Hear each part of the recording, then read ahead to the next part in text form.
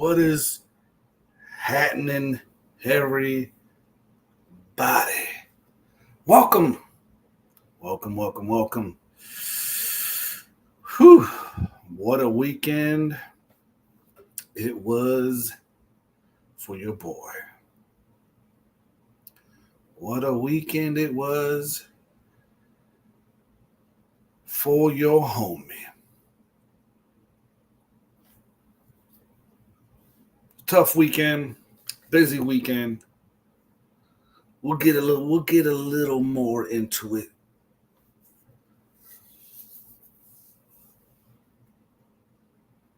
But hope y'all have had a good weekend. Hope y'all have had a great weekend. My weekend again. We'll get into it. But welcome to another edition of the F.I.R.M Pressure Podcast.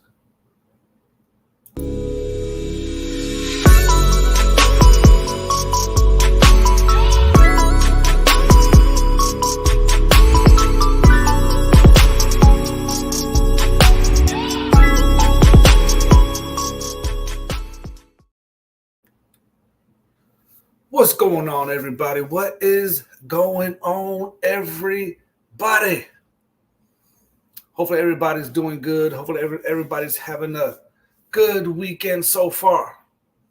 And I don't know why I got this little hole in my forehead, but it is starting, but can't seem to figure it out. But it is all good. It is all good. But welcome to another edition of the F.I.R.M Pressure Podcast as we are waiting for people to hop online. How y'all doing? How are y'all doing? How are y'all doing tonight? Talk to your boy. Give me 1 second, but talk to you guys. Hopefully y'all are doing great. And having a great weekend so far. My weekend's been good. My weekend's been busy. I've taken the title of Road Warrior, at least for this weekend. I don't think anybody drove as much as I did this past weekend. Literally drove to North Carolina over the weekend, left Friday, drove 11 hours, spent my day Saturday, and then drove another 11 hours today. So 22 hours in the span of 48, 22 hours of road time in the span of 48 hours. Your boy's tired. Your boy is tired. However, the show must go on. We ain't got time for no excuses around here. You know what I'm saying?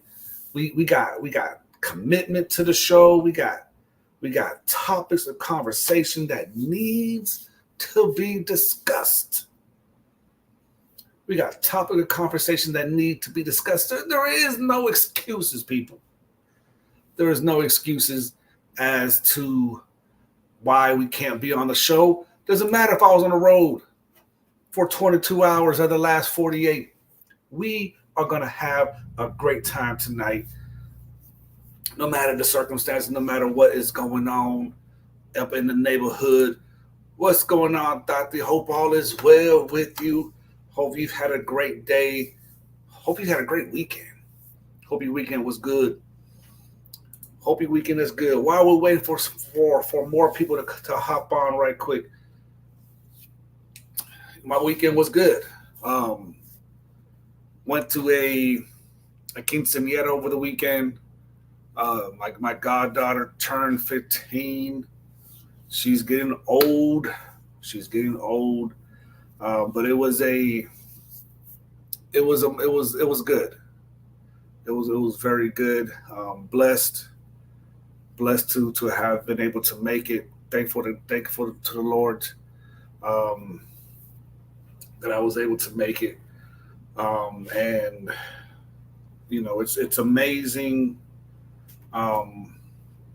It's amazing that impact that you have on people's lives, and um, especially when you don't know it.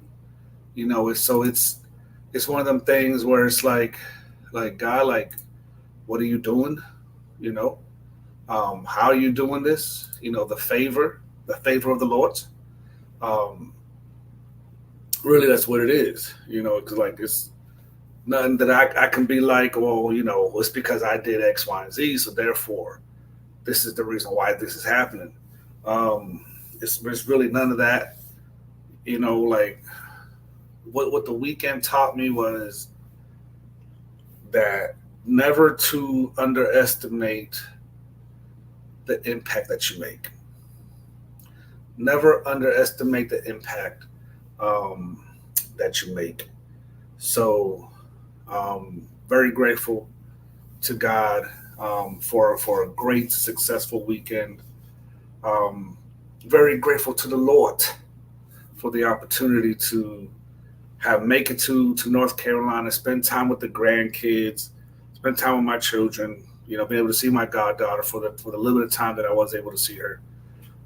She blessed me more than I blessed her. Like completely just blessed um, by the just seeing how much she's grown, how crazy and wild she is. Her mom is doing a great job.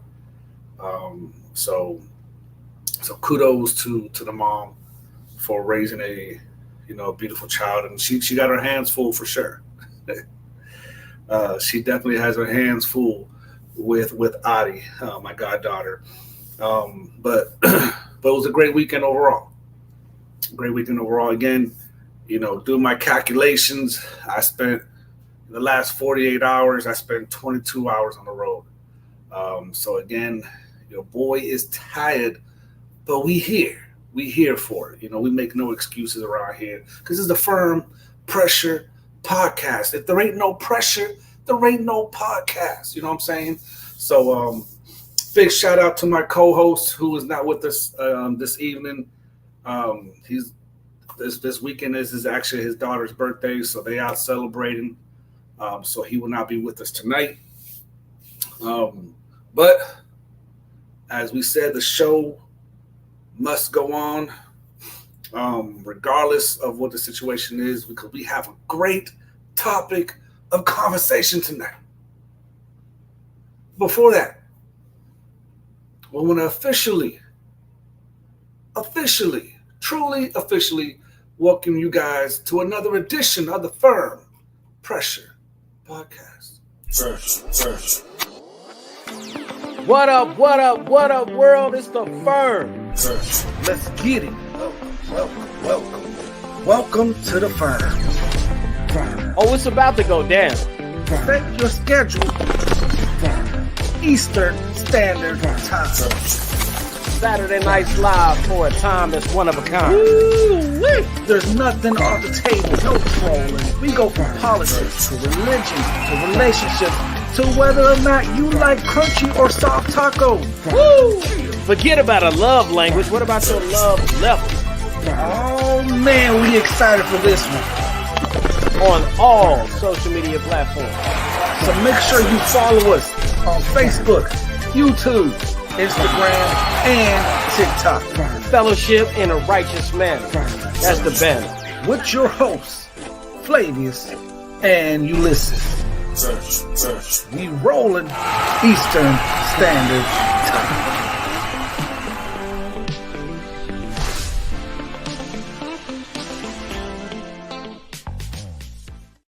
You already know what time it is. Another edition of the Firm Pressure Podcast. Before we go any further, we need y'all to like this video. We need y'all to heart this video on Facebook. If you are on Facebook, and go ahead and share this video. Let the people know that we are live. We are in color. And we have some great, hard-hitting topic that we need to discuss tonight. And if you haven't already, go to YouTube. At the Firm 365 is where you'll find us on YouTube. Hit that subscribe button. hit that notification bell so that way you will be notified when we are going to go live, which is usually on the weekend. And we're going to make it a habit, you guys. Hold me accountable to it, making sure that we get one show sometime throughout the week. Preferably Wednesdays is Wednesday or Thursday. There's 2 days that I'm kind of looking at for it to be a firm date for sure. And if you haven't already, go onto the Instagram at the F.I.R.M 365 24/7 is where you'll find us on the Instagram.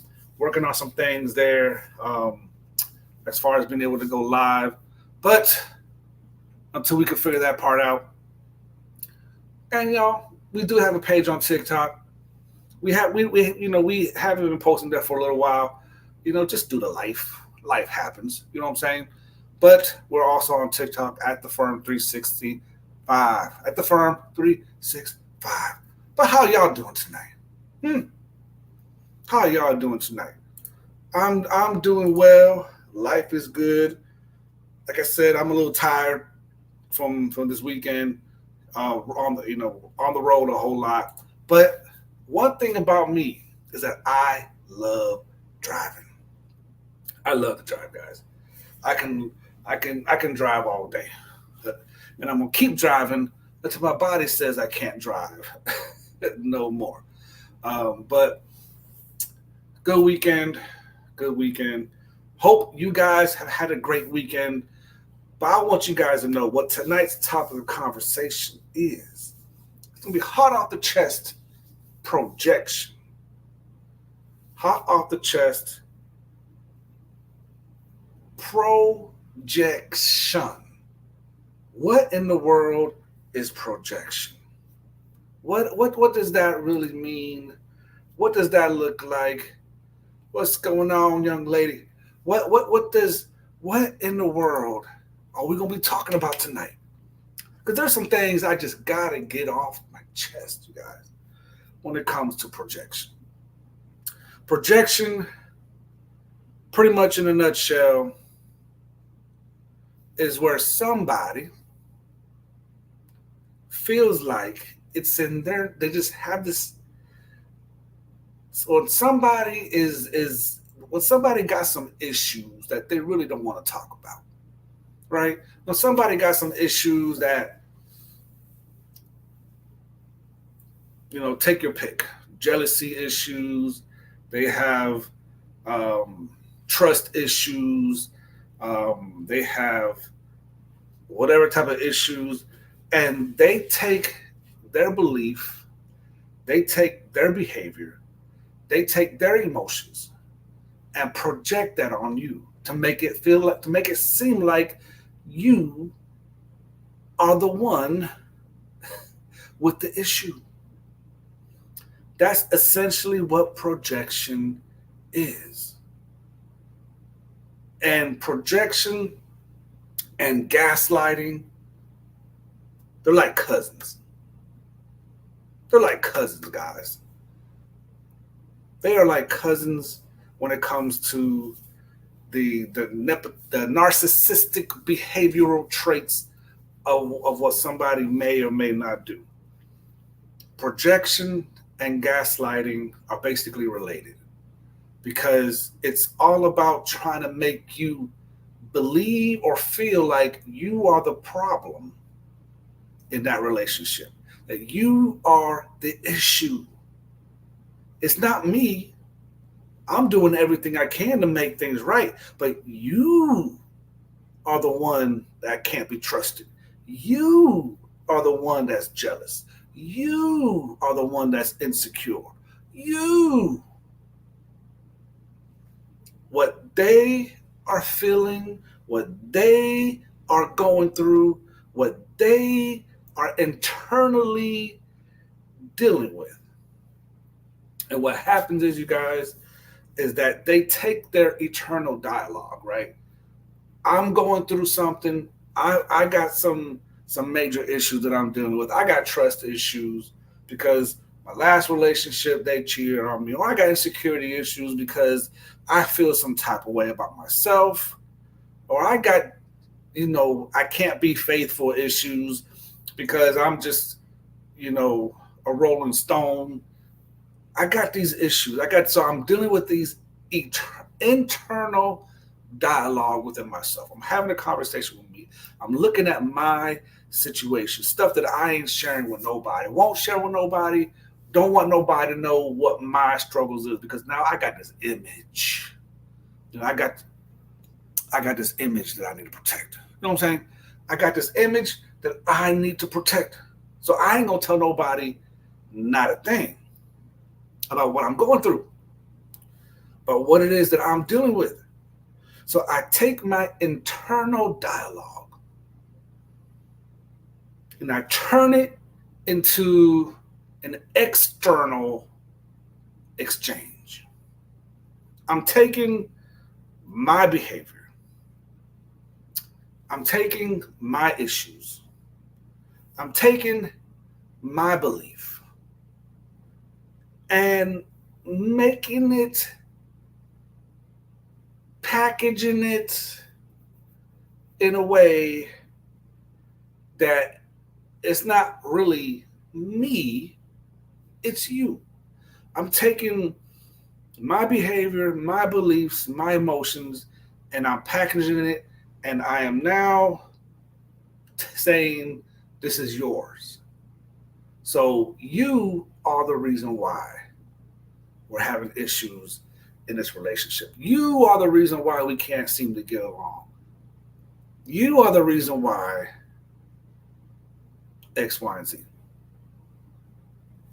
So my question for you guys, if you are so brave enough to answer, what does projection look like to you? Have you ever been a victim of somebody who accused you of something just to find out that they were the ones doing the very thing they were accusing you of? You ever been a victim of that? Ever been a victim of somebody telling you that you're insecure, that you are the one with the trust issues, just to find out that the person who was accusing you of said things, they are the ones with the insecurity issues. They're the ones with the jealousy, problem, not the problem, but problem. Prasada says absolutely she's been a part of that topic of conversation one too many times. Sally, the same thing. I think we've all been there. I think we all have been in a situation where we have been accused of some things just to find out that it's actually the other person's fault. So the question is, and again, I lean on y'all's wisdom and y'all's counsel on this. Why? Why are people like that? Why are people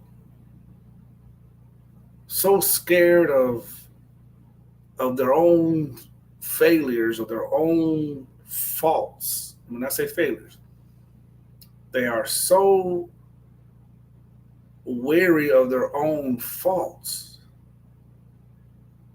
that they have convinced themselves that they are not the problem, that they are not the issue.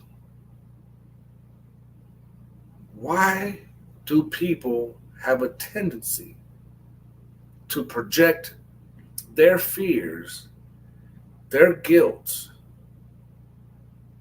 and to project it on you? The chat says that they don't want to accept their own truth. Facts. Their own insecurities.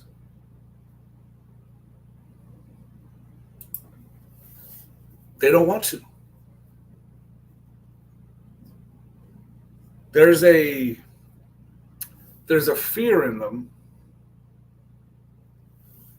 There is a fear in them. There's a pride that they deal with.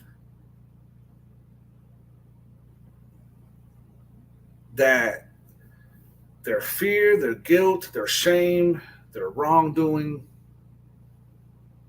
it all boils down to this one thing. Anna says on YouTube, brother, we just talked about it. It's all about the ego. I need to preserve my reputation. I need to preserve my self-esteem. I'm thinking of myself way more highly than I should. But I done built this pedestal that I am now standing on. My nose to the people, pinky up. I done set this pedestal that I cannot let anybody, I cannot be vulnerable. I cannot be vulnerable. I mean, I already done told this person that it's their fault, that they're the reason why. So if now I got to go back and you want me to confess that I'm the problem here? Girl, you out your mind. Well, what? It's crazy. It's crazy what the ego will do. Prasada says that unhealed, no accountability. Not healed. And if I'm not healed, I'm not taking accountability. Because that means that I would have to face myself. I would have to experience some things that I am reluctant, really don't want to experience. I'm willing to cut the process off if it keeps pointing back at me. Because I don't know how to deal with me.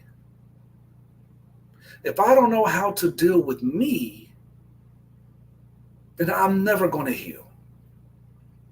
I'm always going to project. And it doesn't matter how many books you read. It doesn't matter how many times you study different psychology books, or you've been to psychology, or you got a degree in psychology, or you've been counseling, members for X amount of years. If I don't know how to take accountability, if I don't know how to be healed from my trauma, drama, whatever the case is, then I will always find a way to take no accountability for anything that I've done.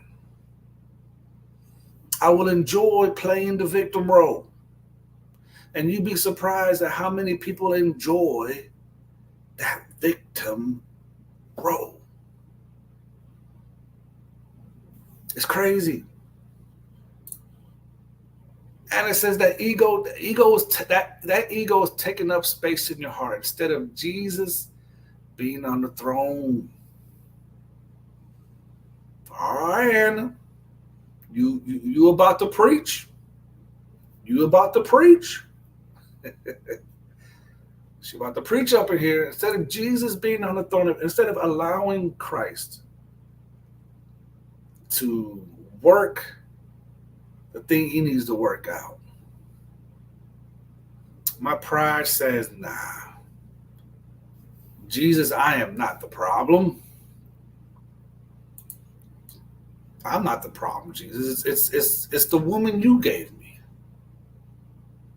Remember Adam? The woman you gave me. It's tough. Prasad asked the question to why, and I'm gonna need some more context as to why you're asking why. Why are you asking why? Let us know in the comment section. Greetings, my fellow gentlemen. What's happening, Dale? Hope all is well with you. Poseidon says that some get more attention being the victim. Woo! That's the absolute truth, y'all. That's the absolute truth. I get more attention by being the victim. I can get people. I can get people to take my side if I can be the victim. If I can project my guilt, my shame, my jealousy, my struggles, my lust, my insecurity, turn that thing and put it on you. I can do that because it empowers me. General, what's happening, my good sir? I gain more power by playing the victim. I gain more sympathy by playing the victim. I can get people to turn against you if I play my cards right. If I play my cards right and I talk to the right people, if I can get ahead of the story, if I can call your peoples. I've been in situations where my exes were calling my peoples. They're calling my parents, my siblings, to try to get ahead of the story. Gaslighting it. There were the whole bunch of deception, a whole bunch of, oh my goodness. It's crazy what people will do. It's crazy what people will do for the sake of victimhood, for the sake of getting that attention, gaining that sympathy. That's tough. It is sad. It's sad the lengths that people will go to talk about you behind your back, to say things about you to other people. And turn around and make it seem like it's all you. Well, so it's your fault. The reason why this is happening is because it's your fault. Like, you did this. And you're like, hold up. Like what are you talking about right now? What are you talking? I'm over here trying to keep the peace. I'm trying to keep the peace with you. And you over here. I've been in situations where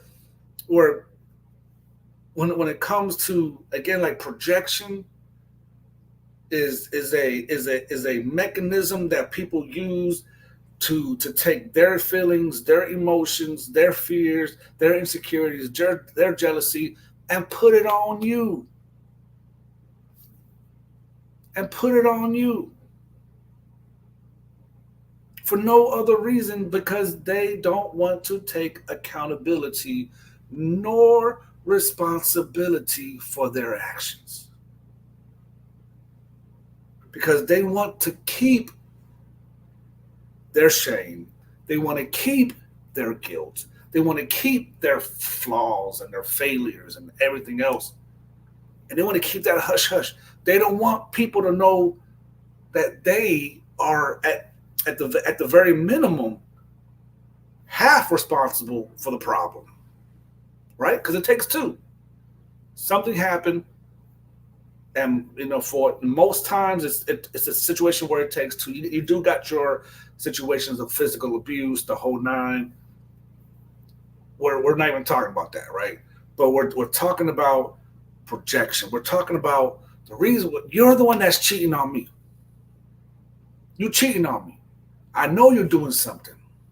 I know you you're deleting text messages. I know you're talking to females on the side. You're talking to other dudes on the side, like, and it's the whole time it's them. It's them that's been doing it. But because they're the ones doing it, they've taken their guilt and projected it on you.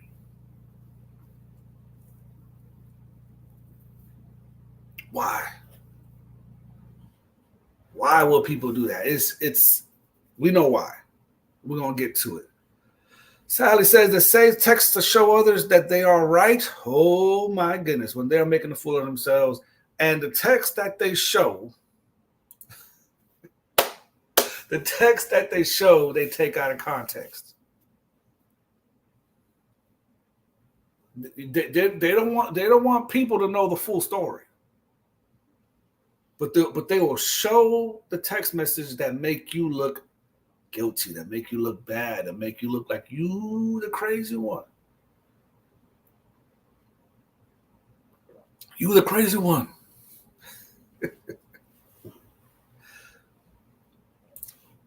Projection. Dale says that we as believers, Christians, rise above the noise of the world. We should. We should, but Lord, it's easier said than done. There's been some things that people, I mean, I grew up as a pastor's kid, you guys. And being a pastor's kid, you get talked about a lot. You know? Then I grew up, fell off, found my way, ended up becoming a pastor. And as a pastor, you get talked about a whole lot. That whole gig, I'm just messing you guys, it's not a gig, it's a calling. But that whole situation didn't pan out. And to this day, still find myself in situations where it's like, why are people like, why are people saying my name? Like, what's the reason behind that? And a lot of the situation is based off of projection. Ulysses is X, Y, and Z. Not because Ulysses is actually X, Y, and Z. It's because you're actually X, Y, and Z. Put your name in the conversation. How many times have you been talked about? And you're looking at it like, why? Like, I'm trying to live in peace here. I'm minding my own business. Why are you talking about me? Why is the coworker over here to my left? What problem does she have with me? I didn't do nothing to her. I did nothing to her, but yet this is happening because they're taking their projection, they're taking their behaviors, their emotions, their fear, and projecting it onto you for whatever the reasoning is. Who knows at this point? Doctor says that some men are so used to being the boss, they want to become the woman's boss instead of being your partner. So it's not balanced. But I thought y'all was looking for a boss. What? Y'all ain't looking for a boss. Y'all ain't looking for a man to take the lead, a man to be in charge. Aren't you not looking for a man who will make decisions? You know, to be like, babe, we're going to go and we're going to eat at Chick-fil-A. No ifs, ands, or booties about it. This is where we going. Huh?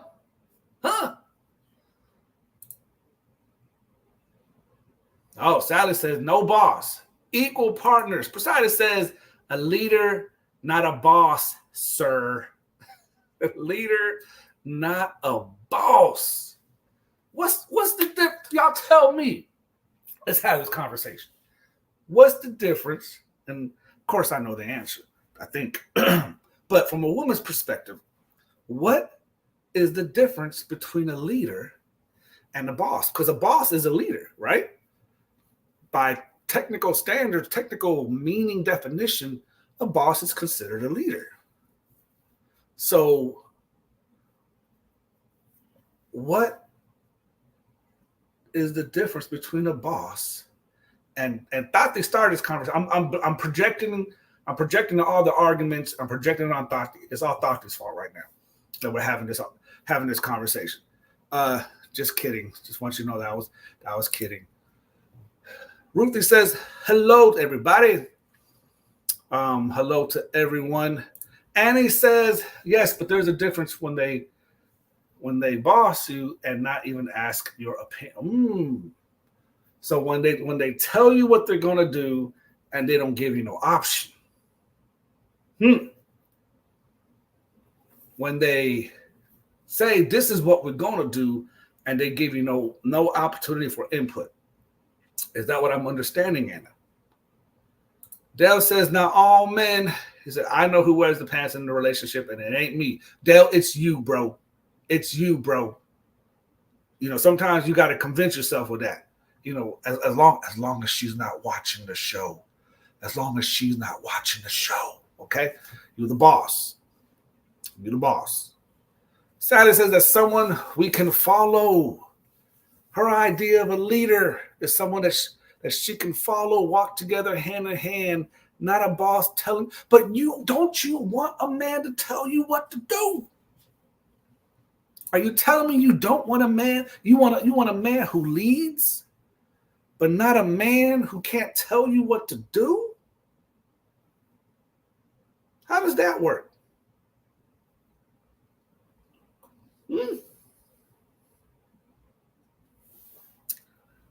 Isn't a leader somebody who is not afraid to say, hey, this is what you need to do? And it says we don't run our own home like a factory. Demand and commands. So you don't run the house like a job. Is that what you're saying? Is that understanding that I'm getting? We don't run the house like a job. Like, yes, at your job, you're supposed to be the boss. You tell your employees what to do, what they got to do. There's expectations that need to take place. But when you come home, I don't want that. I don't need a man to come into my life and just tell me what I got to do. Like, this is not a dictatorship. This is a partnership. Okay. Sally says, no, homie. She said, no, homie. I got my own brain, my own mind.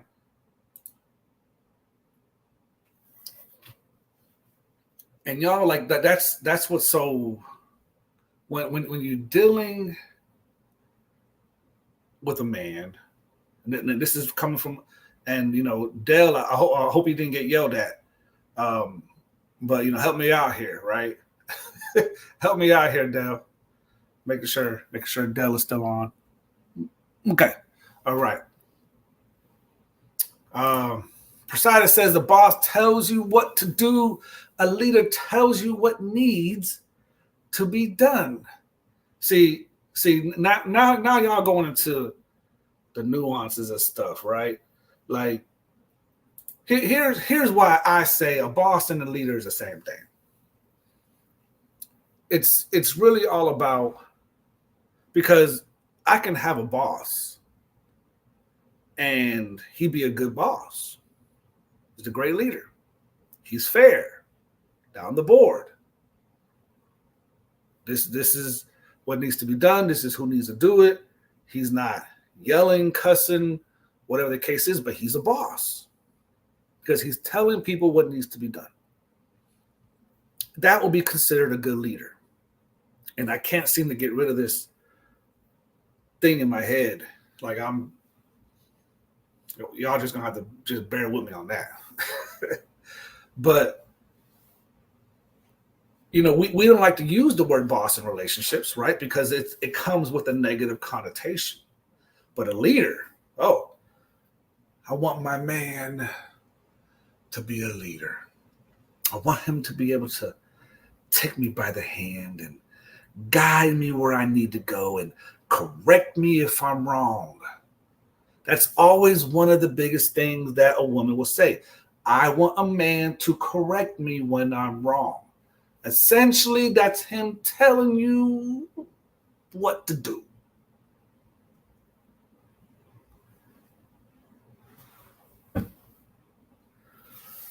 Right? So, is there a difference between a boss? Now, granted, you got some bad bosses. You got some bad bosses. You got some bosses that are not qualified to lead. Is it a possibility that sometimes we choose men and we want them to be leaders, but they're just not qualified to lead? Just because they're in a position to tell you what needs to be done, to tell you what you need to do, doesn't mean that they are qualified to lead. So what makes a man qualified? In y'all's opinion, I'm interested in knowing what the female species, what they get out of. Like, what qualifies a man to lead you, to be able to tell you what to do? Because that's what a leader does. Whether they tell it to you nicely, respectfully, prayerfully, or whatever else, they are qualified to tell you what you need to do. So help me out, ladies. Help me out, ladies. Sally says the leader gives guidance, influences, and motivates. Okay, I can respect that. Gives guidance, he influences, and he motivates. Good. I can definitely respect that. Anna says that I love a man to lead. He can suggest, recommend, and advise. But I have to agree so we can have peace together. Harmony is important. So you want a leader in your house. You want him to lead. You don't necessarily want him to tell you what to do, but he can suggest it. He can recommend it. He can advise it, but he can't tell you what to do. But if you're in agreement, so there's peace involved, the whole nine, but then how can he correct you? How can a man correct you if that's all you are willing to accept out of a man? And say, hey, if I'm doing something wrong, can the man correct you? Can he tell you what to do? Even if you may not like what he is doing, even though you may not like how he's saying it, can you still accept the correction? If it's coming from a good place, right? Like, obviously there's, a healthy relationship will have conversations about this, right? They'll be like, hey, if I'm doing something wrong, do not call me out in front of everybody. If I'm going to do something wrong, let's wait till later to talk about it. Pull me to the side if you need to. When we get home, when we have our pillow talk, we can talk about what happened, what should have been what should have happened, what could have been better. But don't call me out. Don't call me out in front of everybody. That's not right. That's not healthy. And a healthy relationship will agree. Like, you know what, you're right. You're right. If I have an issue with something that needs to be corrected, I will pull you to the side, or I will wait till we get home to address the situation. That's what a healthy relationship is, right? Dale says, careful when you say to help me out. I'm not trying. I'm trying to get some support here, Dale. You know, we're the only brothers up in here. You know what I mean? Like, I need you to be strong. I need you to be strong with me. You know what I'm saying? Prasada says that a healthy communication is key for a man to lead and the woman to follow. Yes, healthy communication.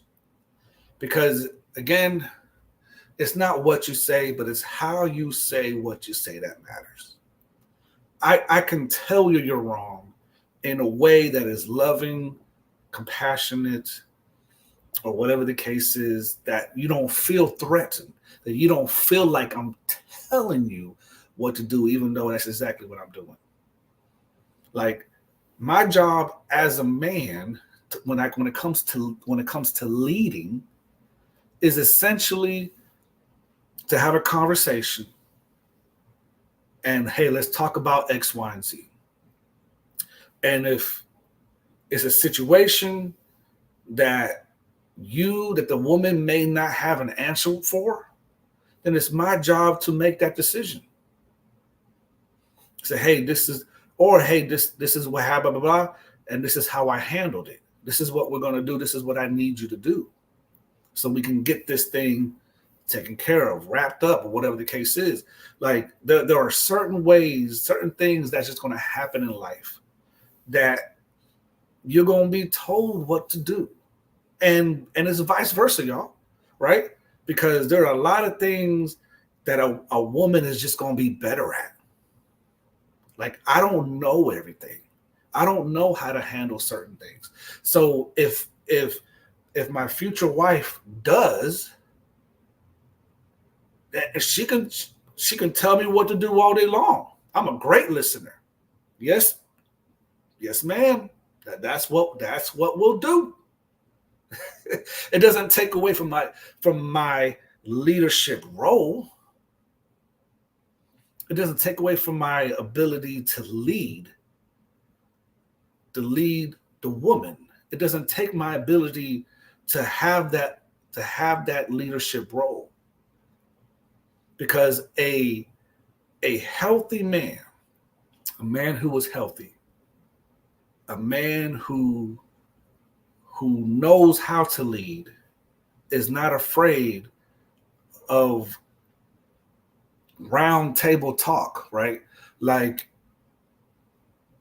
an example at work. Like, I'm one of the core leaders at the job. I have I have a big dog who's the head over pretty much the whole project. Then I have my supervisor, and then there's me. And there's a couple other middlemen as well.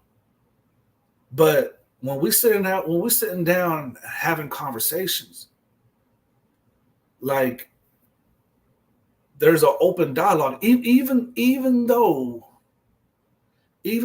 they are over me, they are not afraid to ask me what my opinion is. They're not afraid to, hey, what do you think about this? Because they are not insecure about their position. A healthy man, a healthy leader will not be insecure about their position. I have been blessed to be in a position where God has blessed me with creativity and come up with some banging ideas. And they're like, we like it. We're going to roll with that. This is what we're going to do. And my supervisor is not threatened at all. The big boss, he's definitely not threatened at all. But they are secure enough to be like, hey, we don't know everything. What do you suggest? Or, hey, this is what I want to do. Talk me off the ledge. And we had that conversation. A healthy man will sit you down and say, what do you think? What do you think we should do? Well, I think we should do X, Y, and Z. Now, ladies, I want y'all to listen to this. This is important. If you want a man to lead, If you want a man to talk to you about these things and ask for your advice, ask for your suggestion about something, and if they don't take it, if he does not take your advice, don't take it personal. You allow the man to lead. You allow him to make that decision, even if it may not be the right one.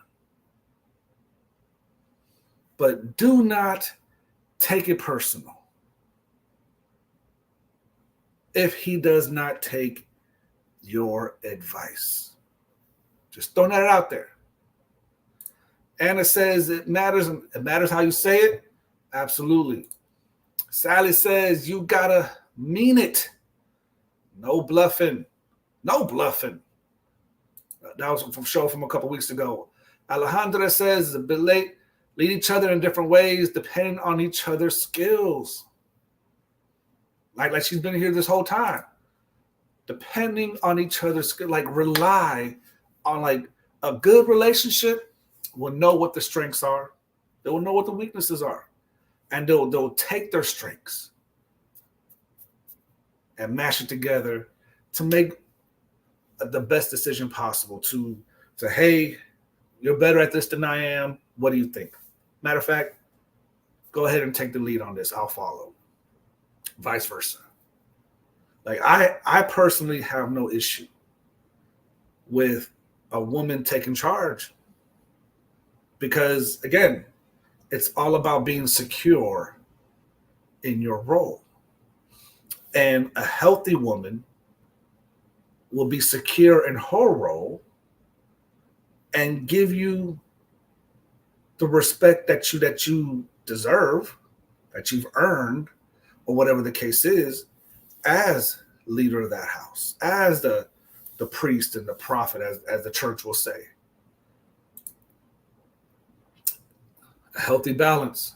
That's what we need. And can we find that healthy balance in a relationship? We can. For sure we can. We can definitely find a healthy balance when we're dealing with a woman that is looking for a man to lead.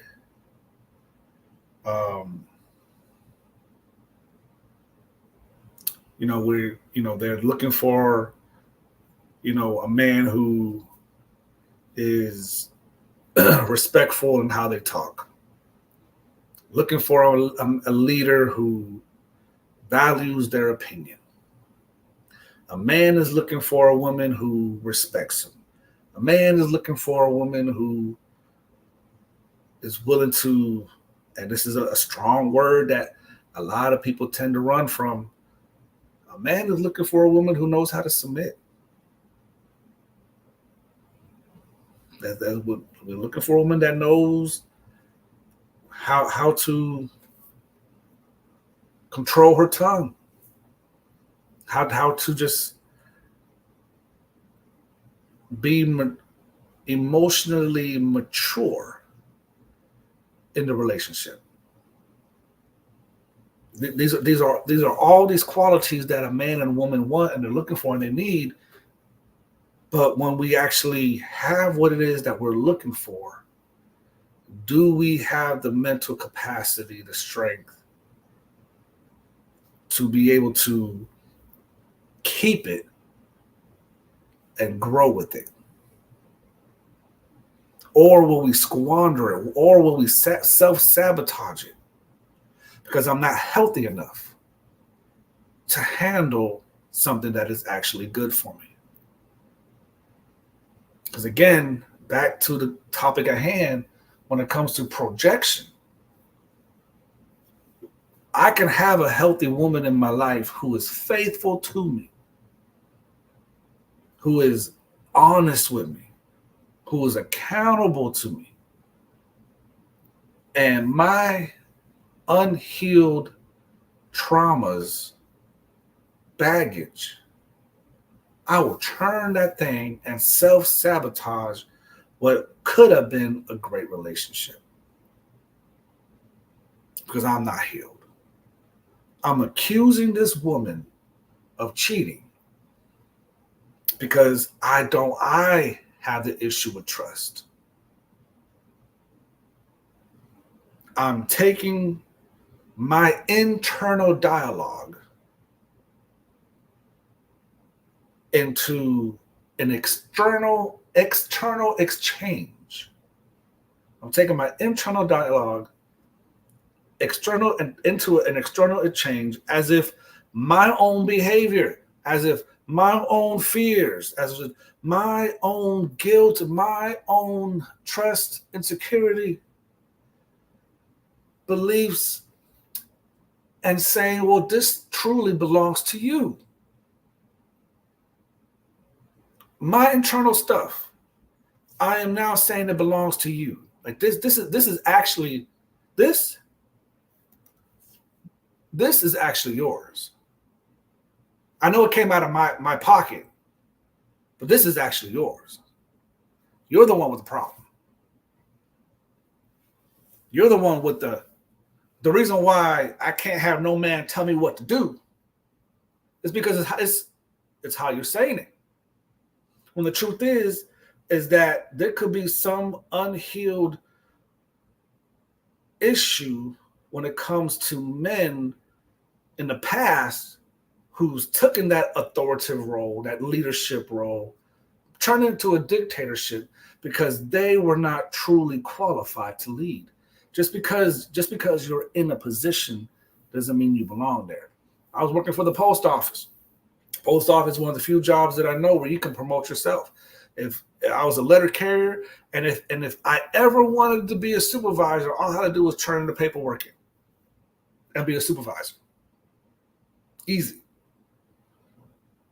Doesn't mean that I'm qualified to be a supervisor. Just because I filled out some paperwork, turned it in, and they accepted it. I had a lot of horrible managers who did not know how to lead, who were horrible when it comes to people. They were horrible, but they were leaders. They were bosses. So just because you are in an authoritative position doesn't mean you are qualified to lead. So instead of the training to become a leader, instead of being the healing when it comes to being a leader, they take their fear, their guilt, their shame, their embarrassment, and they project that on you. It's like a verbal emotional vomit. They cannot take responsibility. So I may uncover a fault about me, but I'm too embarrassed to admit, to accept my failure, my faults. I've already made myself seem like this type of person, so now I cannot come back and apologize to you. So I'm going to continue with the charades, with the facade that you are the issue. That you are the issue. And so when we're looking at somebody who has this thing of projection, they done set it so high when it comes to projection. Poseidon says someone is so deep that they don't know how to get out of it. They done dug a hole for themselves. They got a shovel, they've been digging, and now they don't know how to get out. And so they will ruin a good relationship because they done set themselves on a pedestal so high that now they done hurt themselves and they're hurting people and they're hurting you. Because that's why I said that gaslighting and projection are related. They're related because they go hand in hand, because gaslighting is pretty much what? Like an emotional abuse of getting you to believe something or trying to get you to believe what you know is not true. Gaslighting is more like, I know you're cheating on me. This didn't happen. Well, you ain't got the evidence. You didn't catch me doing it. So you're the one that's tripping. You're the. So they make you feel like you're crazy. Projection is saying, I'm doing something. You don't know about it. But my guilt is telling you, is my guilt is showing up in a way of accusing you of the very thing that I'm doing. See how they go hand in hand. So the question, I guess, um, is really like, how do you know? Right? Like, how do you know? My question to y'all is, how do you know when you are being projected on? Anna says that I knew you were going to say that word. It's a good word. Maturity is key. I told you earlier that Anna was getting ready to preach, and she's ready to preach. Maturity is key. Maturity is key. Like you got to be mature in any relationship, much less like even a healthy relationship. When both people are mature, like you still got to be intentional. You still got to be intentional about the things that you say. You still got to be careful. Still got like there's so many factors into having a healthy relationship. There's so many factors that's trying to keep it from being healthy. To be able to keep it healthy takes intention. Like it's beautiful when you're in a healthy relationship. It's a beautiful thing, but you have to be intentional about it because again, you're and I so many forces that's trying to this is the healthy relationship. So many forces, life. You're dealing with life. You're dealing with jobs. You're dealing with kids. You're dealing with family, and you just got to be intentional about keeping it together. And so it takes work. You were gonna don't forget disagreements. What'd you say about my mama? But it takes intentional work to bring it back together, and that's healthy. That is a healthy relationship. Imagine a toxic one where it's just all over the place, and one person's trying to keep it together, but the other one is there is no balance. Like you are sitting there trying to figure out why this relationship is not working, and the other one, the toxic person, is just comes back in your life when he wants to, leaves, says something crazy, you're hurt. Oh, I'm sorry. And it's just a whole lot of back and forth stuff that is just not healthy. So I asked the question, how do you know that you're being projected on? Prasada says we need to pray for discernment. We do. We do. We really, really do. Alejandra says that maturity and emotional intelligence go hand in hand. You got to have emotional, like, oh gosh, emotional intelligence. That's, y'all don't understand the emotional intelligence. Like,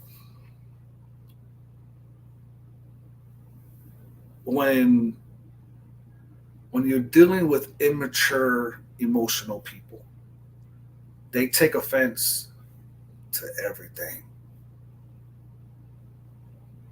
Just call it what it is. A situation, I say something, I cannot believe you said that. I cannot, you what? Did you, like, hey, like X, Y, and Z. Did you just say, like, wait, what? What? No, like, no. I when they take offense to a lot of things, and we have to be healed so we can have emotional intelligence, and we can have some mature conversations. But also the willingness to listen and cooperate towards solution together. We'll listen and cooperate. Got to work together, you guys. Got to work together. Dale says, no offense, ladies, but it's not your fault. It's not our fault. Y'all are insecure. If I say, take you the way you are, you got to believe me. We get upset when you doubt us. If I say, I take you the way you are, yeah? So what Dell is saying is, some of y'all are insecure, which is a unhealed sign for sure. That if Dell says, I love you just the way you are, like, why is it so hard to believe him? Why is it so hard to believe a man when they are truly just telling you, like, you don't need to change, you don't need to go to the gym, you don't need to change your wardrobe or get a brand new haircut or get a BBL or a boob job, like you're good as you are. I don't believe you because I'm not this and I'm not. It's unfortunately, Dale, when you're dealing with those type of situations, it's they're not they're not really upset at you, but it's they're upset at themselves. It's the whole projection aspect, right? Like, I'm angry with me. I don't believe me, so I'm gonna say that you're the one that I can't believe. That's what this whole projection conversation is. And you're absolutely right, Alejandra, that sometimes what you say is misinterpreted. That's people who are emotionally immature. They'll take what you say, take it out of context, spin it to make it seem like you said something that you weren't even close to being said. That's manipulation. That's a whole other topic of conversation. But one of the signs that you're looking for, people who are projecting on you, is, and you might have seen these type of signs before, heard these type of signs, but one of the signs you're looking for are people who accuse without evidence. People who accuse without evidence. That is one of the signs you're being projected on. It's also them telling on themselves, right? So if you turn that thing around, be like, well, I'm not doing nothing. But psychology says that if somebody accuses you of something that you're not doing, it's because they're doing it themselves. Then the next reaction is going to be defensive. It's hilarious how this stuff really works. They become defensive. Wait, what? Oh, no, Like, what did you just say? Like, they become defensive. Like, it's like, why are you being defensive? Like, if you're really not doing nothing, why are you yelling at me? Why are you getting angry all of a sudden? Why are you being defensive?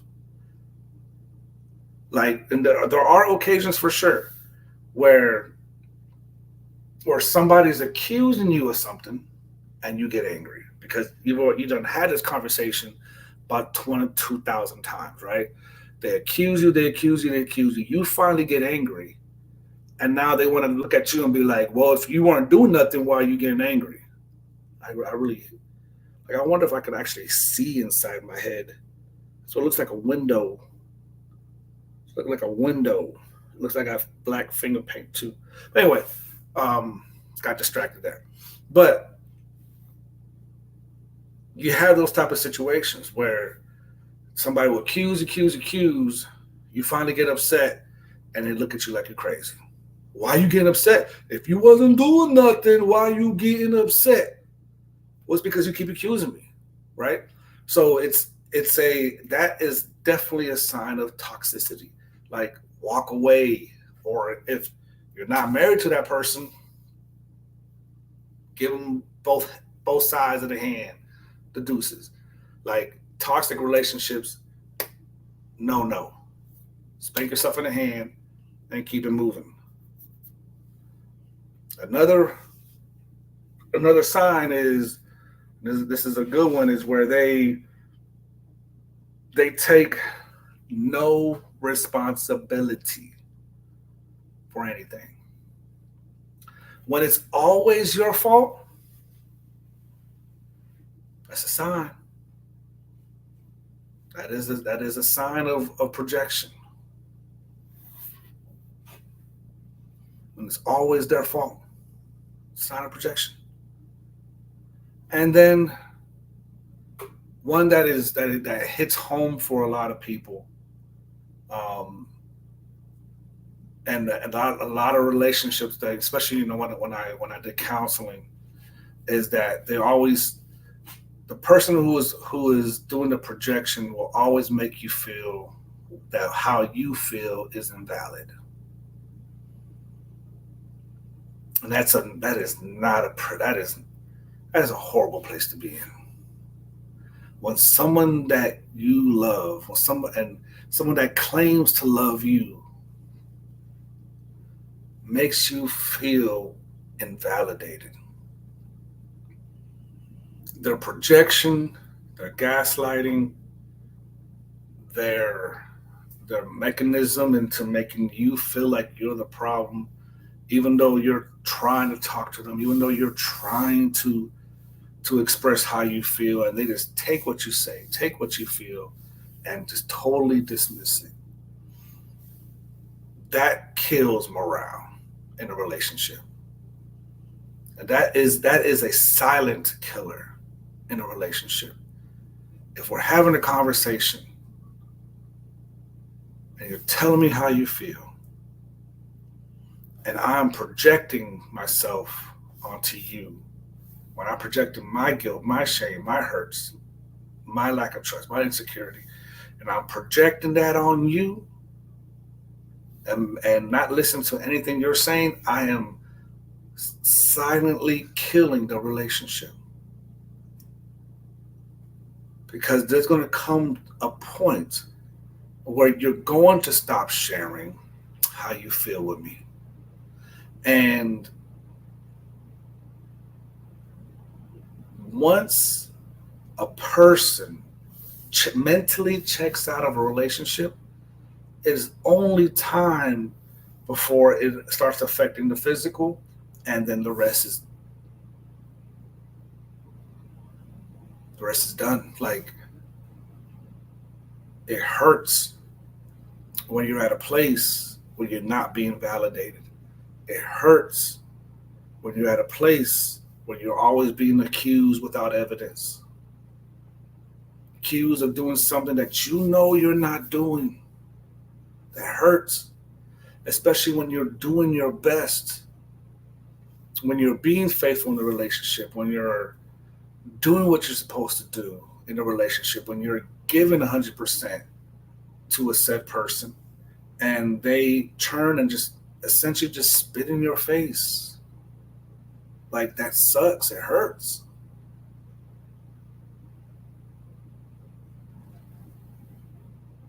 But we have to get to a place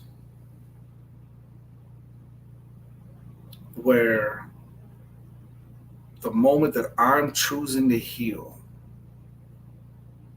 the moment that I'm choosing to rise above, as Dale said earlier in the conversation, to rise above the noise and not allow what you do to affect how I live. That I'm not going to allow your projection or your gaslighting to affect who I am. I don't need, I don't care how much I'm in love with you. I don't care if we've been married for 1,000 years. I don't care. I will not allow you, any person, and this goes for anybody, if you're in a relationship, if you're looking for a relationship, do not allow anybody to make you feel like you have to gain their approval. We fight hard to gain the approval of somebody who is taking the gifts that you are, taking the blessing that you can provide in a relationship, and is straight trashing it. And you try hard to feel validated.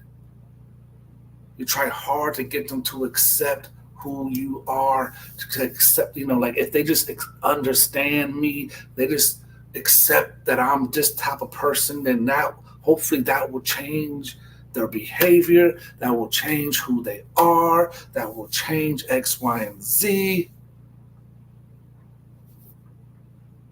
If you live for the approval of your partner, then you will die by it too. Because there's going to be days where they're not going to like you very much. Especially if you're about to break up. Especially if you're trying hard to really make this relationship work. If you live by the approval of your partner, you will die by it too. The only person who you need approval for is one who's already approved you. The only one you need approval for is one who's already approved you. And that is God Himself. If you can learn to live knowing, believing within your heart of hearts that you are already approved by God, then you won't die by the relationship. I don't need your approval to know that I'm a good person. I don't need your approval to know that I can be a blessing in any relationship. I don't need your approval to know that I will benefit your life. I'm approved by God to be able to do so. God has already told me what type of man that I am. God has already told me what type of woman that you already are. So you don't need man's approval. You don't need your partner's approval. Your partner is not perfect. Your partner is going to say something one day that's going to irk you, get under that skin, and man, would you be offended, hurt. Oh, I cannot believe it. Why could you? I'm not going to live life seeking the approval of any person. It doesn't mean that I'm not going to do my part in the relationship. It doesn't mean that I'm not going to give 100% in whatever it is that I'm committed to, for sure. When it comes to my job, when it comes to relationships, whatever the case is, like I give 100%. But I'm not doing it for your approval. I'm not doing it so the bosses can like me. I don't kiss butt. I just don't.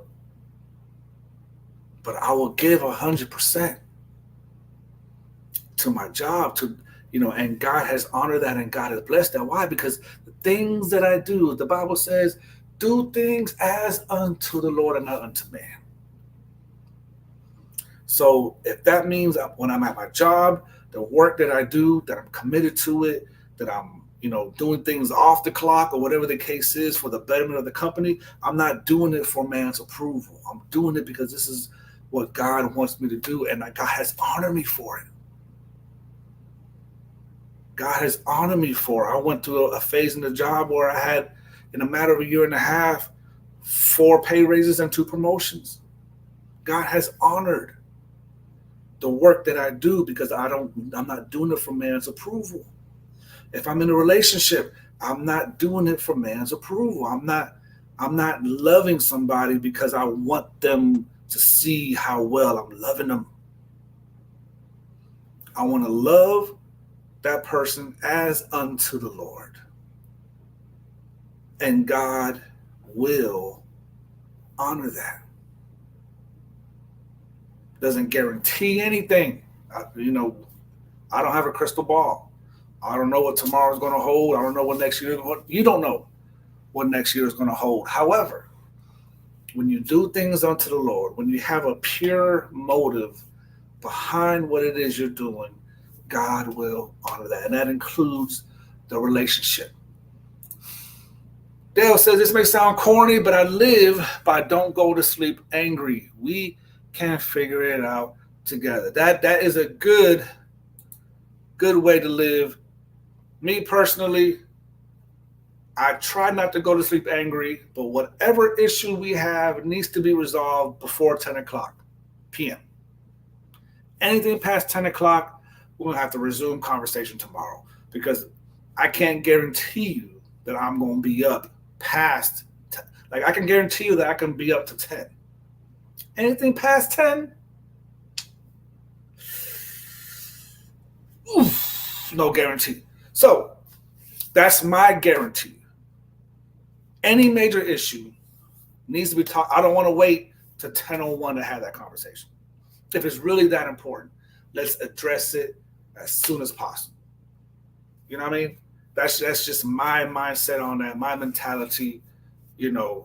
I'm here to take the shots. If y'all like, what do you mean?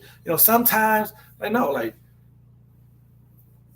can we go back to the whole leadership thing, right? Because I don't want to tell people what to do because apparently y'all don't like to be told what to do. But I'm going to strongly suggest any issues that we may have, let's resolve it before 10 o'clock because I like sleep.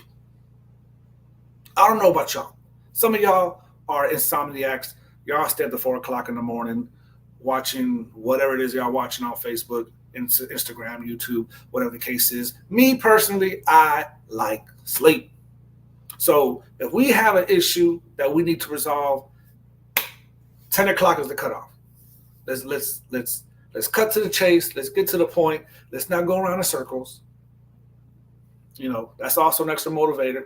Like, hey, all right, babe, it's 9:54. What are we doing here? We good? All right. Blah, blah, blah, blah, blah. This is what we'll do. We'll figure this out. We'll figure it out. I'm with Dale. We're going to figure it out. Let's not go to sleep angry. For sure. For sure, let's not go to sleep angry.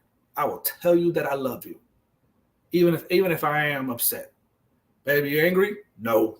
I love you. Let's go to sleep. Talk about it in the morning time. The reality of relationships, right? It's all fun and games until it's no longer fun and games. But a healthy communicative relationship will go a long way.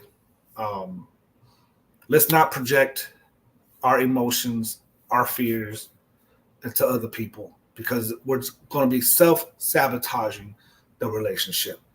If we find ourselves doing stuff like this, let's just be honest about it. Let's heal from it. I don't know how long it will take, but heal from it. So that way you can be healthy for a good person who's waiting for somebody like you. They're waiting for somebody like you. Like, they're waiting for somebody like you. Okay? But you guys, appreciate y'all so much for tuning in to another Firm Pressure Podcast edition. When it comes to hot off the chest projection. Thank y'all so much for the comments. Y'all were live tonight. We did get a little bit off topic with the whole should a man lead. I feel like we might have to revisit this conversation on Wednesday. Because, there's I'm definitely gonna be stirring the pot for sure. I did my best not to stir the pot tonight, because I doubt that's gonna be like a whole other rabbit hole that I don't know if I'll be able to get out of once I get down in there. And plus, I'm tired. You know, in the last 48 hours, 22 hours of it has been on the road. I'm tired. I'm liable to say anything at this point, and really get in trouble for it. So I'm not trying to get in trouble tonight. Trying to love you guys. And I want you guys to still love me by the end of the show. But just know, like,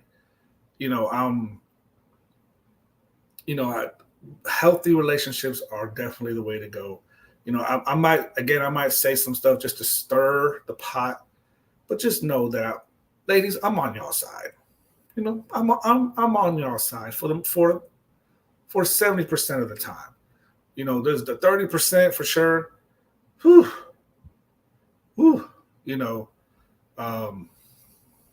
Guys, got to be careful. Got to be careful. Yeah, man. Hey, appreciate you being there for a brother. You know what I mean? Like, you didn't leave. You stuck with me, man. I appreciate that.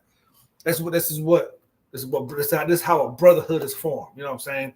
I'll let Flev know that you say what's up. Hopefully he'll be with us next weekend. If not, we're still gonna keep trucking. Life goes on. We got life. We got things. We got there are things that we have that are more important, and we we'll address those things as we go along and continue to push forward in the things of life and love and happiness. And last but not least, definitely the things that God wants us to do and who he wants us to be while we're here on earth, which is love, to be loved. It's not to be loved, it's to become love. That's the word I want to use. That's the ultimate goal that God wants us to have in life. There's so many things that, there's so many judgmental people out there, so many people who are critical, so many people who really don't have a clue, but act like and talk like they do. Become love. Become love, and really just watch how the mindset begins to shift and change on a lot of things that we are currently seeing. So I want to leave that with you guys. But love you guys. Appreciate you, every single one that's been, again, joining this podcast. Y'all have been amazing with the conversation. Tune back again Wednesday. We shall discuss what a woman looks for in leadership. I'm interested in getting into more of a detailed conversation. Wednesday night, 9 p.m. Eastern Standard Time, we'll be back. And if anything changes as far as the topic, I'll let you guys know.